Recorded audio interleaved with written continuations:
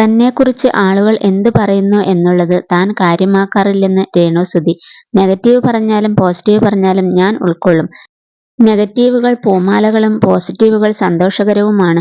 എന്നെ സംബന്ധിച്ച് സിനിമയും ആൽബവുമെല്ലാം ഒരുപോലെയാണ്. എല്ലാം അഭിനയമാണ്. നാടകം ചെയ്യുന്നു, അതും അഭിനയമാണെന്ന് രേണുസുതി അഭിപ്രായപ്പെടുന്നു.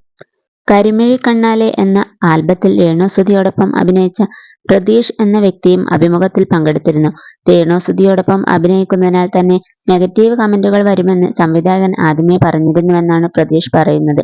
എന്നാൽ തനിക്കോ തന്റെ കുടുംബത്തിനോ അതിലൊന്നും യാതൊരു വിഷമവും ഇല്ലെന്നും അദ്ദേഹം വ്യക്തമാക്കുന്നു.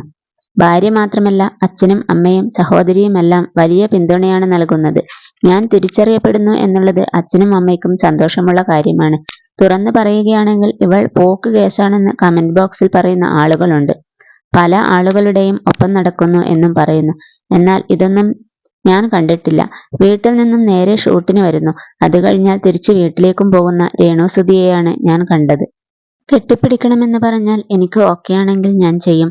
എനിക്ക് ഓക്കെയാവുന്ന വസ്ത്രമാണെങ്കിൽ അത് ധരിച്ച് ഫോട്ടോഷൂട്ട് ചെയ്യും, അഭിനയിക്കുകയും ചെയ്യും. ഇതൊന്നും പറ്റില്ല എന്നുള്ളവരാണെങ്കിൽ വീട്ടിലിരിക്കണം. എന്തിനാണ് അഭിനയിക്കാൻ വരുന്നത്? കെട്ടിപ്പിടിക്കാൻ പറ്റില്ലെങ്കിൽ പിന്നെ എന്തിനാടി രേണു വന്നത്? പോയി വീട്ടിലിരുന്നൂടെ എന്ന് ഞാൻ എന്നോട് ചോദിക്കും.